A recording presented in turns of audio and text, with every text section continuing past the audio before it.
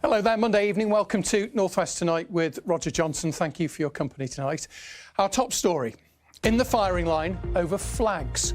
Council workers face threats and abuse from campaigners who want them left up. We will explain why councils around the region have different policies about leaving flags flying.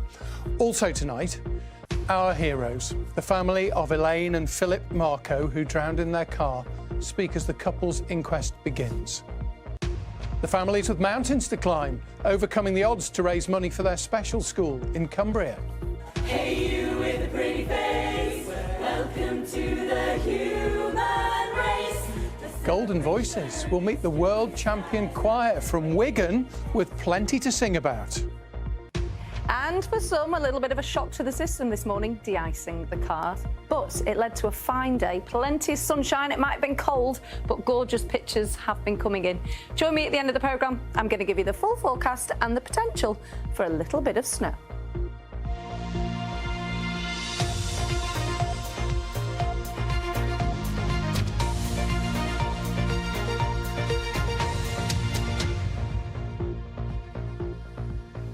Contractors who've been brought in to remove flags from public structures are facing increasing levels of abuse. That's according to many of our local authorities.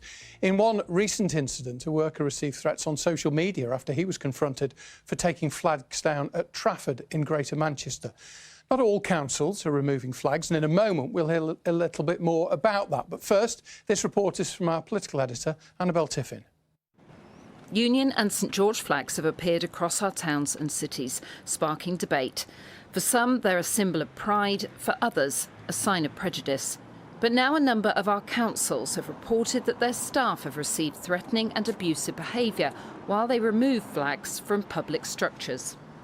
It was here, was it? They were putting up a flag here, yeah, and it had some sort of writing. Not one flag, I mean every single lamppost had flags. Councillor Alan Gibbons was on a litter pick when he saw a group putting up flags in the Orrell Park area of Liverpool. He said the flags had political statements written on them, but when he asked them to take them down, they became confrontational. He said he felt intimidated when three men in a car then followed him home, filming him. We cannot accept that you can't go about your business without threats. Everybody's got a right to respect and to law and order and to just get on with their lives. And these people were putting people under threat. One council leader says more now needs to be done to protect their workers. For anyone who would give anybody abuse for doing that, it's just crazy. I think we need to try and challenge it with our young people, so we weed it out, but also challenge it wherever we see it as well, because it's just not fair, is it? In Trafford, they recently had to pause the removal of flags when one of their workers was challenged while they were taking one down. Their details were then somehow leaked onto social media and they received further threats online. The council said it has reported the incident to the police. People have different feelings about the flags, but those we spoke to today agreed that violence against people just doing their job was wrong. I don't like abuse now, but they should be up there, flying the flag of our country. I don't like anybody getting abused for any reason whatsoever. The idea behind the flags, it depends on the context, doesn't it? People has to cooperate with them, if you ask me, because they are doing their job. So we must cooperate for them. Why would you want to abuse someone when you haven't got permission to put them up in the first place? They're doing their job. So what's wrong? Well, as we heard, putting flags on public property without permission is technically illegal. But many councils across our region are taking a relaxed approach. Authorities in Manchester, Salford, Sefton, Rochdale and Holton say they'll only remove flags if they're damaged, offensive or pose a safety risk. Bolton calls them a symbol of national and civic pride. Lancashire County Council, which is run by Reform, says it would only act if flags endanger road users. But not all councils agree. Trafford, Warrington, Wirral, Knowsley and Cheshire East say unauthorised flags will be taken down. Cumberland adds that flags on highways infrastructure are removed to prevent distractions and damage. But removing flags can be costly. Trafford has spent nearly £25,000 clearing flags and graffiti from mini roundabouts. Blackburn reports that it spent £367 on repainting and £60 to remove just one flag. Well, Warrington says it would rather spend scarce resources on essential services. Meanwhile, St Helens is taking a different approach. It has designed its own banner featuring the Union flag, hoping to promote unity and pride. So while the law is clear, the responses vary between councils, but the cost for some is adding up. Annabel Tiffin there, our political editor. Of course, your thoughts, as always, welcome. nwt@bbc.co.uk on the email. Let's have a look at some of the other stories that are making headlines in the northwest tonight. And a 19-year-old man has been killed after being hit by a car as he tried to escape from police last night. The M66 and M60 were closed overnight near Bury, causing long delays. The man had been in a car being pursued by police, which crashed with another car at Simister Island. The occupants then ran off along the motorway, which is when the 19-year-old was struck. Former athletics coach has denied raping and sexually assaulting a child. Jose Vicente Leyva Modal, who's 65 and was previously married to the Manchester Olympic athlete Diane Modal, pleaded not guilty to 19 charges in court. He was released on bail ahead of a trial in 2028. Fresh proposals for 2 new rides in Blackpool have been submitted to planners months after they were refused. The Blackpool Pier Company wants to build the rides on either side of the South Pier headland area. It said the rides would help to boost tourism. The plans were originally rejected for policy and aesthetic reasons. And the life of Birkenhead's Paul O'Grady, who first found fame, of course, as the drag queen Lily Savage, features in a new book. He went on to become a much-loved star of TV and radio before his death 2 years ago. And now Paul's friend and producer, Malcolm Prince, has written about him. I was paid to laugh. That's how I would describe our friendship. On the radio show, I would sit on the other side of the glass and laugh. I think he thinks I'm an 18-year-old stuntman. The Paul that you saw at Battersea, or that you saw on stage at the Palladium, or that you heard on Radio 2, that was the real Paul O'Grady. The inimitable Paul O'Grady. Now, the children of a couple who drowned when their car became submerged on a flooded road in Liverpool have told an inquest that the grief has shattered their world. Elaine and Philip Marco, who were both in their 70s, died in August 2023 on a flooded road in Mossley Hill. The start of the inquest heard from their children, who revealed that they were driving home from their son's 40th birthday meal. Kelly Foran has this report. God bless you. Love you. Bye. Bye. They made everyone feel special. They were our heroes. Words of Elaine and Philip's children as this video was played at the inquest into their deaths today. Their daughter telling the court how they died just days before their 54th wedding anniversary. She said on the anniversary of their wedding, my parents were being prepared for dual autopsies and burial. The inquest heard that the night their car became trapped in floodwater beneath a bridge on Queen's Drive, Elaine and Philip had just left their son's 40th birthday. He said what was meant to be a joyful family gathering became the final moments we ever shared with them. Since that night, our lives have not been the same. They dropped their son Simon and his wife home. We got out, said, "Love you, see you tomorrow," and they continued on their way to the short journey home through the suburbs of South Liverpool, a journey they'd made 1,000 times before. Never did I think that would be the last time I saw them. The tragedy sparked major questions about flooding in that area. Concerns had been raised before. The Marco family are hoping the inquest provides answers. Those giving evidence this week include Liverpool City Council, they're the relevant Highways Authority, United Utilities and Network Rail to examine how they managed the flooding from the bridge onto the road underneath. Their daughter today read out a card that her father had written to her mother 58 years ago. "Oh, how I love you," it ended. He wrote to her every day as a countdown to their wedding.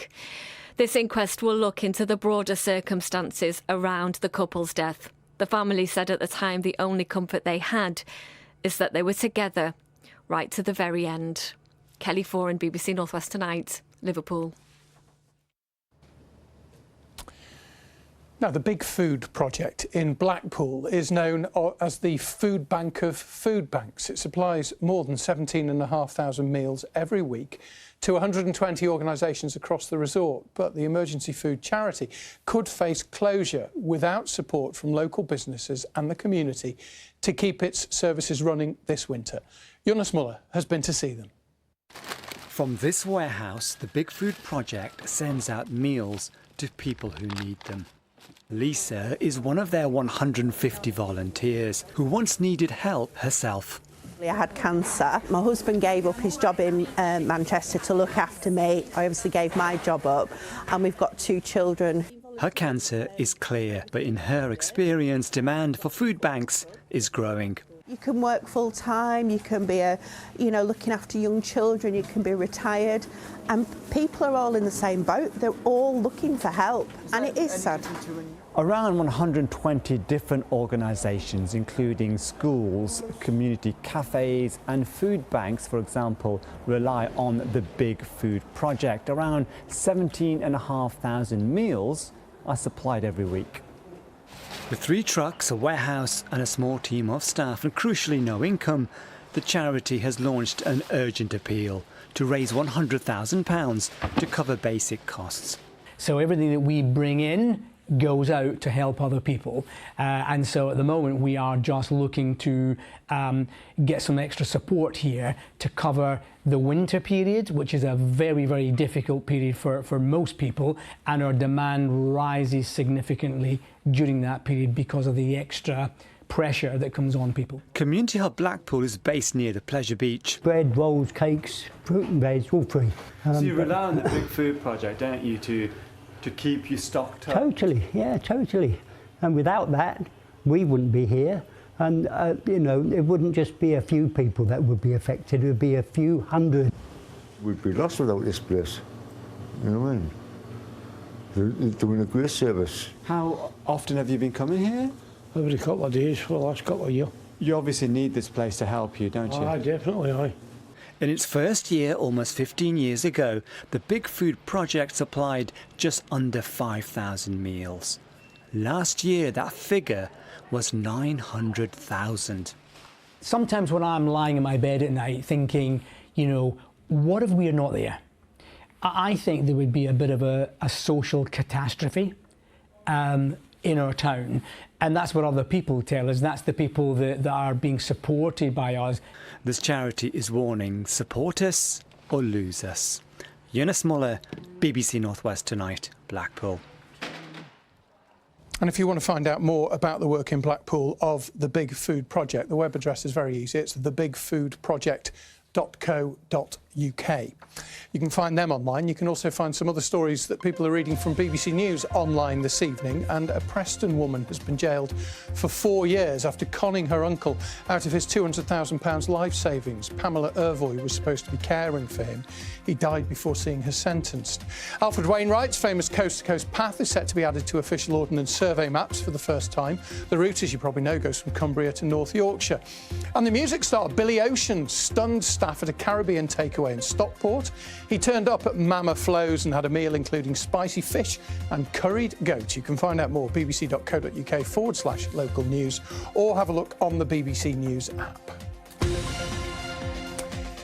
Now, this is the Sir John Barrow Monument at Ulverston. It's something which has inspired pupils at a community special school in Cumbria to go to new heights to raise funds for a cafe, which will help to give them the skills for the future.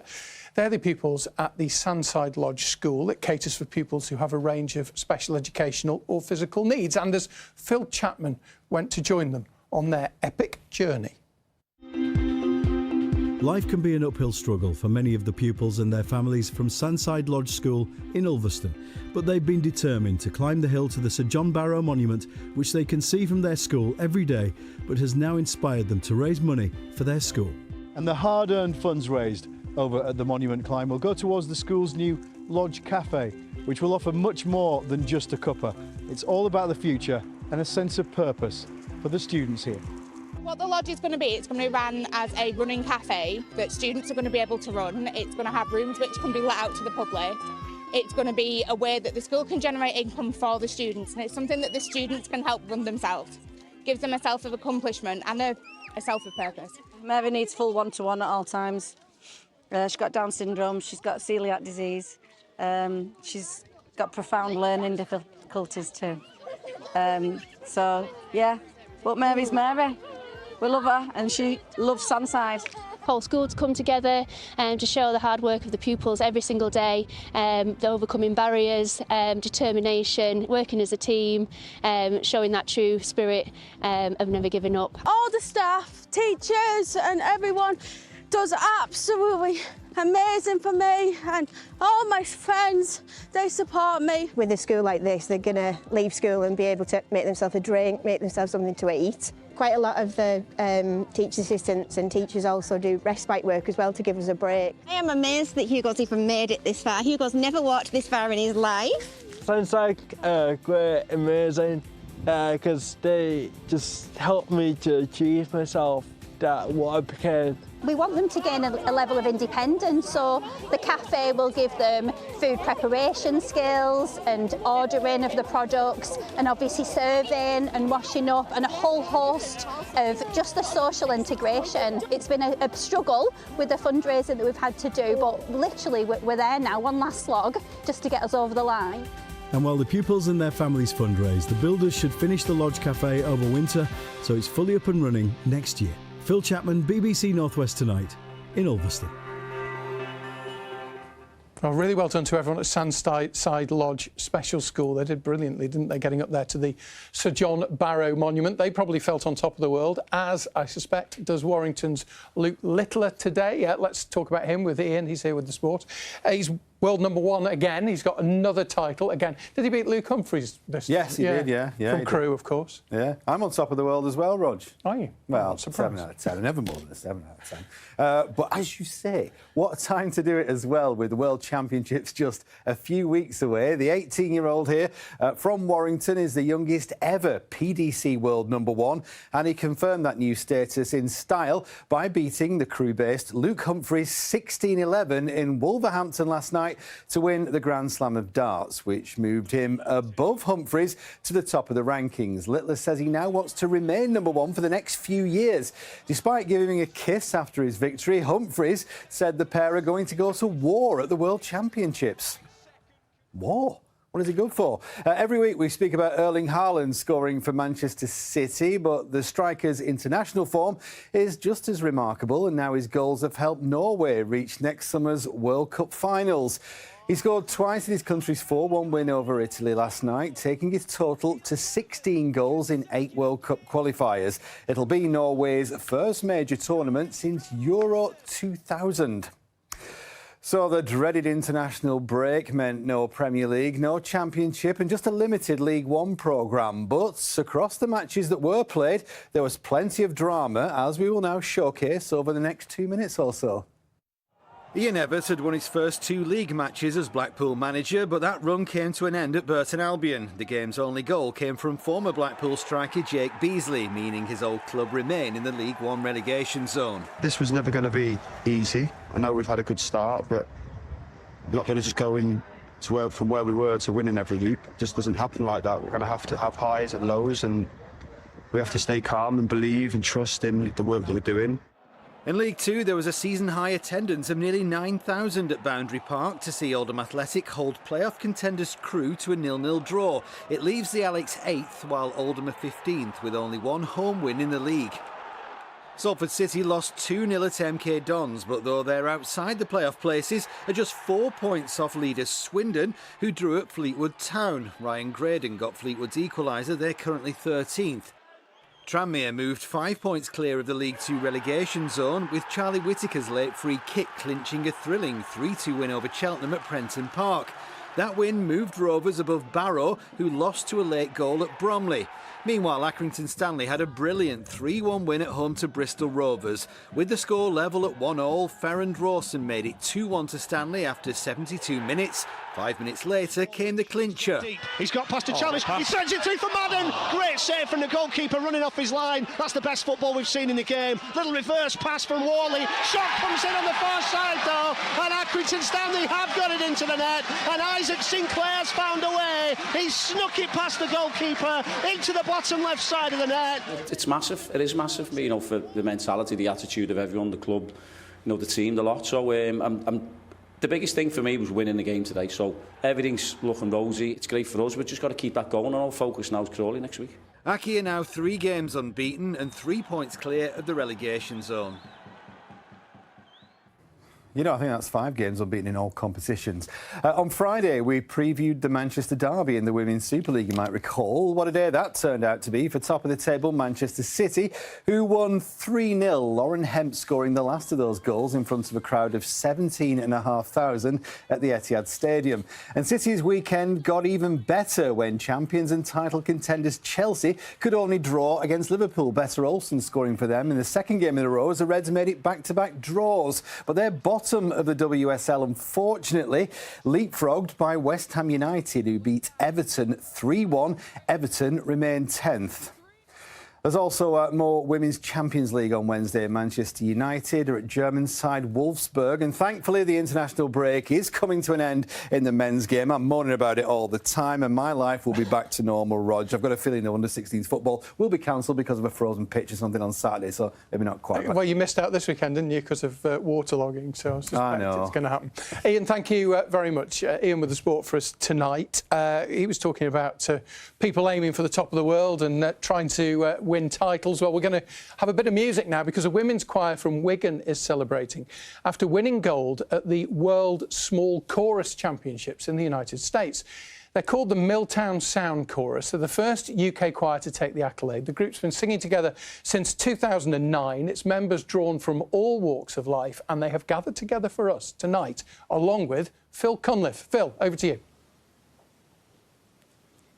Yes, thank you, Roger. Good evening from Ashton in Makerfield, and greetings from Milltown Sound Chorus. Everybody here, Roger, is wearing their gold medals, the ones that they won in America recently. And here, in this old church hall, is where the magic happens. It's where those barbershop 4-part harmonies are perfected and the routines choreographed. Let's talk to Sherry. Sherry is the choir's president. Good evening. Hi. What was it that impressed the judges most of all, do you think? Well, I think they loved our singing, clearly, and our harmonies, but more than that, they loved our connection with each other and the way that we get that message across to the audience of how much fun we're having singing. And this is not the first time you've been to America for these championships, and you finally cracked it. What does it mean to win, to become world champions? Yeah, it's a huge moment for us and also for the British barbershop community. We're the first ever British chorus to bring home a gold medal, so it's a massive achievement. And it's another little musical landmark for Wigan as well, isn't it? It certainly is. We're absolutely putting Wigan on the map, and Ashton in Makerfield. We've had wonderful support from Wigan Council this year, helping us with match funding and some grants to buy new equipment and get us to America. What did you actually sing? This is contemporary music. It's not old. It's not classical stuff, is it? And it's of course a cappella. Yes, absolutely a cappella. We sang 4 songs. The first song was by ELO, Mr Blue Sky, and then a contestable barbershop piece called Next Time I Love. The third song was a song by Queen, Somebody to Love, and the final one, I Lived, by One Republic. And tell us about the membership. How many people have you got here, and the ages? Yeah, we've currently got 27 members, and we range in age from 15 to 81. I've got to say, we've seen pictures of you in action as well. It's so joyous, isn't it? It's not just a case of singing. You're really moving and swaying and enjoying it. Yeah, absolutely. It's a complete performance art form. It's all about expressing a message and getting that message over to the audience. Well, it certainly comes across. Sherry, thank you very much. Roger will play out just before 7 o'clock with Mr Blue Sky by ELO. In the meantime, it's back to you. Yeah, thank you, Phil. You're probably wondering why we hadn't heard from them. That's because they are going to close the programme for us. After the weather from Kay, who is a little bit sore after all that Pilates last week for children in need. Well done, you. Well done, you. 25 hours. I fell asleep in hour 22 for 6 seconds with my legs in the air. That was pleasant for everyone. Charming. How's the weather? We've got snow, have we, maybe? Chilly, snow for some, not for all. Very chilly. We've had an exceptionally mild November so far, so it came as a bit of a shock to the system to de-ice the windows this morning. But beautiful pictures have come in, blue skies for all parts, despite temperatures not really getting much above 6 or 8 degrees. So certainly chilly, and that is the theme of this week. A cold snap lasting till the weekend. Join me on socials if you want to, or become a BBC weather watcher. And let me know what it's like in your part of the world. So this week, what we're looking at. Tomorrow, some rain, hail and sleet, particularly hill snow for the Pennines and for the Peaks. Drier, brighter Wednesday, but the winds are going to pick up, so you're going to notice that, and that's going to add to the feel of the day. Then we're looking at widespread frost, but fine during the day, and temperatures pick up into the weekend, but that is because we're going to start to draw in a lot of cloud and rain as well. So we've got all of the weather going on. Currently, we've got a northerly. We become a bit more westerly through tomorrow, more unsettled, and then we pull down that cold northerly Arctic air once again, and it stays with us through the week. No warnings in force as yet for us, but we're not too far off ice warnings, so just bear that in mind. As you head through this evening, cloud continues to increase. The Isle of Man, we start to get some showers pushing in. I think for coastal parts, perhaps, of Merseyside and Cumbria as well as we get towards the early hours of the morning. Temperatures down to freezing in the coldest spots. It'll be colder than that rurally, so a frost for some, but not all. So, for the Isle of Man, cloudy, wet, disappointing start. The showers feed in. Now, as they bang in over the hills, they're likely to turn to sleet and snow. You can't rule out a bit of sleet from heavier showers, but they are still showers. Some spots will see brighter interludes. Top temperatures 7 to 9 degrees. Further showers then come as we head overnight into Wednesday. It's all part of this front that will sink downwards. Once that clears through, we're going to be into that much colder air mass, so particularly cold to come on Wednesday with strong winds developing, but plenty of sunshine on offer. So, yes, nice to put your face to the sun, but in that breeze, although temperatures will hover around about 4 or 5 degrees, it actually will feel more like 2 or 3 degrees. And then, like I said, Thursday looks to be really quite pleasant, and the change comes at the end into the weekend. That's your forecast. A lot colder then. A lot colder. I forgot to mention a new name on the weather map. What was it? Whirly, because I love the sound of it. Thank you, Richard. In Cheshire. In Cheshire. Yeah, near Macclesfield. Whirly. Well done. What was I going to say? Oh, yeah, flags. Lots of people getting in touch. The overwhelming majority saying about displaying them the wrong way up, the Union flag. We may well go through some of those comments tomorrow. Should we have a bit of music? Let's have a bit of music. I can't wait. We're going to leave you with the Milltown Sound Chorus, the world champions from Wigan, to sing us out. Thank you for watching. Good night. Bye-bye.